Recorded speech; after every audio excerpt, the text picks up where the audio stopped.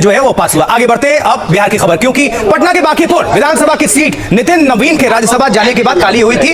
अब इस पर पीके यानी प्रशांत किशोर ने ताल ठोकी है और मतदान के दौरान उनके समर्थकों और भारतीय जनता पार्टी के समर्थकों पर लगातार तनातनी रही। कई बार प्रशांत किशोर भी पुलिस से सवाल करते नजर आए।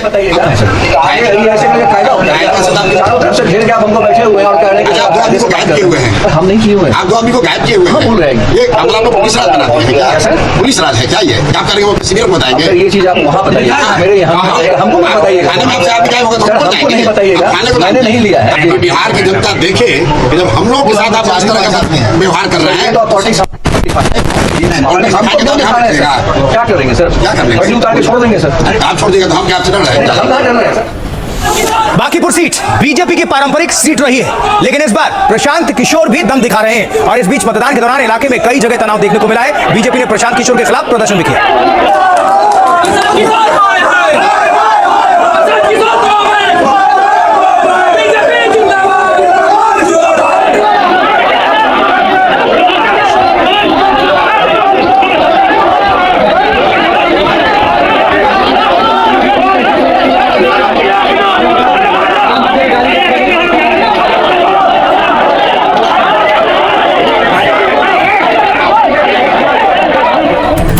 ये तो बिहार की हम बात कर रहे थे, लेकिन उधर मध्य प्रदेश दतिया उपचुनाव में भी वोटिंग हुई है। नतीजे 3 अगस्त को आएंगे। आइए जरा जल्दी से देख लेते हैं कहां कितना मतदान हुआ है। मध्य प्रदेश के साथ साथ बिहार की भी बात करेंगे तो बांकीपुर बिहार में 34.30% मतदान हुआ, वोट कास्ट हुआ। कुल 26 उम्मीदवार मैदान में है। 1990 से इस सीट पर भारतीय जनता पार्टी का लगातार कब्जा है, हारी नहीं। उसके बाद प्रशांत किशोर पहली बार चुनावी मैदान में ताल ठोक रहे हैं। नितिन नवीन भारतीय जनता पार्टी के अध्यक्ष जो है वो राज्यसभा चले गए। राज्यसभा जाने के बाद यह सीट खाली हुई। अब प्रमुख उम्मीदवार कौन कौन है? बीजेपी की तरफ से नीरज सिन्हा है, जन स्वराज पार्टी की तरफ से उनके फाउंडर खुद पीके यानी प्रशांत किशोर है और आरजेडी की तरफ से रेखा गुप्ता है चुनावी मैदान में।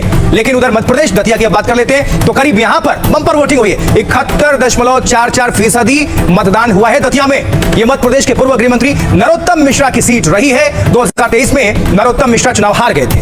इस बार बीजेपी ने टिकट नहीं दिया उन्हें। कांग्रेस विधायक राजेंद्र भारती की अयोग्यता के बाद खाली हुई थी यह सीट। प्रमुख उम्मीदवार कौन कौन है? तो बीजेपी की तरफ से आशुतोष तिवारी है, कांग्रेस की तरफ से घनश्याम सिंह है। चुनावी ताल ठोक रहे हैं।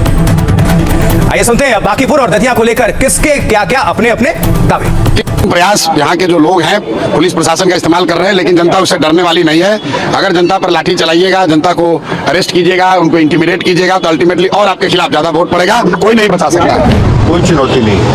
प्रशांत किशोर पिछले विधानसभा के आम चुनाव में भी बहुत तीर मार रहे थे। इस बार भी कोई उनकी संभावना और उम्मीद नहीं है। वो मुंगेरी लाल का हसीन सपना देखते रहते हैं। बिहार की धरती ऐसे लोगों को स्वीकार नहीं करती है जो हवाबाजी में विश्वास रखते हैं। इस बार उपचुनाव में बीजेपी की बड़ी करारी हार होने जा रही है और हमारी प्रत्याशी राष्ट्रीय जनता दल की रेखा गुप्ता जी भारी मतों से उनकी जीत होने जा रही है। और 3 तारीख को जब नतीजा आएगा तो आप देखिएगा कि बांकीपुर से पूरे मुल्क में, पूरे देश में संदेश जाएगा जो राष्ट्रीय अध्यक्ष भाजपा की जो सीट जो है वहाँ से बीजेपी को हार का सामना करना पड़ेगा। कोई भी चुनाव आसान नहीं होता और ये ऐसा कहना कि नहीं कोई चुनौती नहीं है और हम लोग एकदम बहुत ही कंफर्टेबल पोजीशन में है, ये गलत है। लेकिन हाँ, बांकीपुर विधानसभा में जो जीत है वो 100% एनडीए की होने वाली है। कह सकते हैं पॉजिटिव फाइट नहीं होगा, एक अच्छी लड़ाई नहीं होगी, लोकतंत्र के अधिकार के लिए, विकास की बात नहीं होगी, तो कैसे होगा? भारतीय जनता पार्टी जीत रही है, एकदम बढ़िया। मतलब कमल खिलेगा? जी हाँ, भारतीय जनता पार्टी जीते ये सोच था, कमल का बटन दबाया है। कांग्रेस जब हारती है तो ऐसे ही आरोप लगाती है, ये हताशा और निराशा का परिचय होता है। मध्य प्रदेश की राजनीति को बदलने वाला चुनाव दतिया की जनता को जिम्मेवारी मिली है। मां की कृपा से 25,000 वोट से आदरणीय घनश्याम सिंह जी और हाथ का पंजा जीतेगा। भारतीय जनता पार्टी शिकस्त खाएगी और कांग्रेस पार्टी के कार्यकर्ताओं और जनता का आशीर्वाद दोनों का जो समावेश हुआ है ये अद्भुत अकल्पनीय मध्य प्रदेश की राजनीति में बदलाव का संकेत है। और अब एक बिहार की राजनीति से दिलचस्प खबर। क्यों? क्योंकि उपेंद्र कुशवाहा के बेटे जो हैं दीपक प्रकाश, वो नीतीश कुमार के साथ भी मंत्री थे और अब भी सम्राट चौधरी के साथ भी हैं, लेकिन वो ना तो विधानसभा के सदस्य हैं और ना ही विधान परिषद के। तो अब सुप्रीम कोर्ट ने इस पर सरकार से सवाल पूछ लिया है।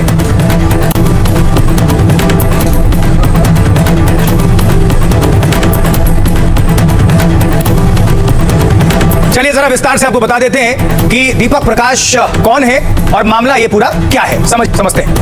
देखिए, दीपक प्रकाश बिहार सरकार में पंचायती राज मंत्री हैं। वो राष्ट्रीय लोक मोर्चा के अध्यक्ष उपेंद्र कुशवाहा के बेटे हैं, लेकिन वो ना तो विधानसभा के सदस्य हैं और ना ही विधान परिषद के। नियम कहता है कि मंत्री जी को 6 महीने के भीतर विधायक होना जरूरी है।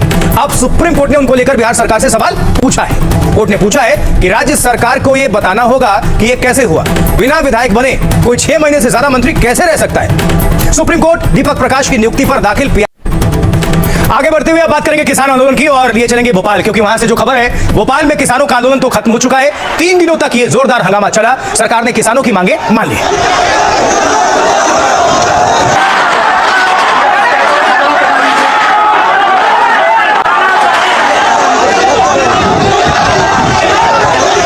किसान जो हैं मध्य प्रदेश की राजधानी भोपाल में डटे रहे। ट्रैक्टर से पहुंचे, बस से पहुंचे, पुलिस को काफी मशक्कत करनी पड़ी, प्रशासन को एड़ी छोटी का जोर लगाना पड़ा। कई बार ऐसे मौके आए जब माहौल बेहद ही गर्म हो गया। बैरिकेडिंग को पुलिस ने लगाया था और किसानों ने कई बार उसको हटा दिया। बस पर जा चढ़े, पुलिस को भी चढ़ना पड़ा बस पर, उतारने के लिए समझाने की लगातार अपील होती रही और आखिरकार सहमति बन गई। सरकार ने किसानों की बात मान ली और अब ये आंदोलन हुआ खत्म।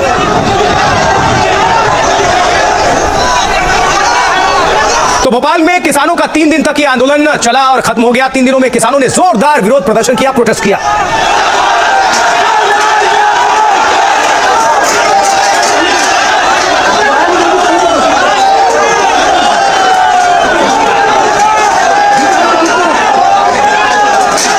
अब जो ये प्रोटेस्ट हुआ था उसको लेकर पूरी जानकारी सिलसिलेवार तरीके से। मध्य प्रदेश में किसानों का बड़ा आंदोलन हुआ खत्म। अब 27 जुलाई को नर्मदापुरम से किसानों का आंदोलन शुरू हुआ था। पुलिस के कड़े पहरे और बैरिकेड्स को पार करके भोपाल पहुंच गए किसान और इसके बाद ये किसान सीएम हाउस की तरफ आगे बढ़ रहे थे। किसानों को सबसे पहले वीर सावरकर सेतु पर रोका गया पुलिस प्रशासन की तरफ से। कुछ किसान बैरिकेडिंग पर चढ़ गए थे, हटाकर किसानों ने बैरिकेडिंग हटाई और सुरक्षा घेरा तोड़ते हुए आगे बढ़ते चले गए। प्रदर्शनकारियों ने पुलिस की 4 लेयर बैरिकेडिंग तोड़ दी थी। कई जगह बसों को धक्का देकर रास्ता बनाने की कोशिश की गई। एडिशनल कमिश्नर मोनिका शुक्ला बस के सामने खड़ी हो गई डट के। उन्होंने बस को आगे नहीं बढ़ने दिया और इसके बाद प्रदर्शनकारी बस छोड़कर पैदल आगे बढ़ गए। सीजेपी कांग्रेस जनता पार्टी के संस्थापक अभिजीत दिपके ने आंदोलन का समर्थन किया। बड़ी संख्या में जेनजी और युवा भी आंदोलन में शामिल होने लगे थे। बैनर पोस्टर बनाते हुए नजर आए थे। किसानों की मांगों को लेकर सरकार के खिलाफ नारेबाजी भी हुई। कृषि मंत्री शिवराज सिंह चौहान ने सीएम मोहन यादव को पत्र लिखा। केंद्र ने पीएम आशा योजना के तहत मूंग खरीदी की स्वीकृति प्रदान की। 25% से अधिक खरीदी राज्य सरकार अपने खर्च पर कर सकती है। साथ ही दूसरी बड़ी मांग खाद की ई टोकन व्यवस्था को रोक दिया गया और इसके बाद 3 दिन से चल रहे किसानों का आंदोलन हुआ खत्म। तो सियासतदान इस पूरे जो प्रदर्शन है उसको लेकर वो क्या कहते सुनेंगे, क्या उन्होंने कहा, आइए सुनते सीधा। किसान प्रतिनिधियों के साथ हुई चर्चा के उपरांत किसानों के वक्तव्य के हित में ध्यान में रखते हुए मध्य प्रदेश सरकार ने एक महत्वपूर्ण निर्णय लिया है। अब प्रत्येक पात्र किसानों को उसकी मूंग उपार्जन का 25% नहीं बल्कि 60% उपार्जन किया जाएगा। यह निर्णय तत्काल प्रभाव से लागू किया जाएगा और हमारे प्रयास रहेंगे कि अधिक से अधिक किसानों को इसका लाभ मिले। किसानों को सुविधा को ध्यान में रखते हुए सरकार ने स्लॉट बुकिंग की अवधि 10 दिन बढ़ाने का निर्णय लिया है।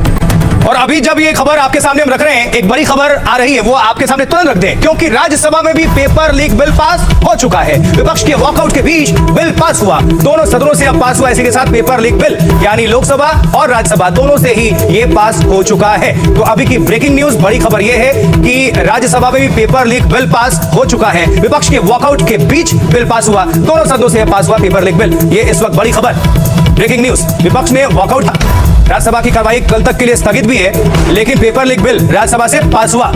यह बड़ी खबर, ब्रेकिंग न्यूज।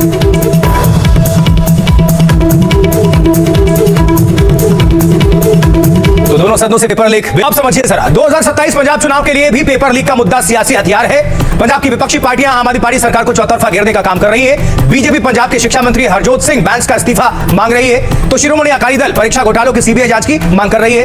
कांग्रेस ने आम आदमी पार्टी पर छात्रों के भविष्य के साथ खिलवाड़ करने का आरोप लगाया है। तो दरअसल हाल में फार्मेसी की परीक्षा में नकल का मामला सामने आया था पंजाब में। इसमें कार्रवाई करते हुए पुलिस ने कुछ लोगों को गिरफ्तार भी किया था और इसके बाद पंजाब में पेपर लीक को लेकर सियासत लगातार काफी तेज है। अकाली दल ने आम आदमी पार्टी सरकार पर 11 परीक्षा धांधलियों का आरोप लगाया।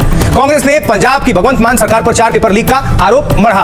वहीं भारतीय जनता पार्टी पिछले 4 सालों में पेपर लीक के 5 मामलों के आरोप लगा रही है आम आदमी पार्टी की सरकार पर, भगवंत मान पर। दूसरी ओर पंजाब सरकार पेपर लीक के सभी आरोपों को खारिज कर रही है सिरे से। मुख्यमंत्री ने कहा है कि उनके कार्यकाल में एक भी पेपर लीक नहीं हुआ और फार्मेसी परीक्षा मामला पेपर लीक नहीं बल्कि नकल का मामला है, ये मुख्यमंत्री बता रहे हैं। तो पेपर लीक मुद्दे पर विपक्ष पंजाब सरकार को घेरने में जुटा हुआ है। कौन क्या कह रहा है, सुनते हैं। आज हम केजरीवाल जी को ये चेताने आए हैं कि पंजाब के शिक्षा मंत्री बैस साहब का इस्तीफा तुरंत लेना चाहिए और इसी बात को लेकर के आज हम आम आदमी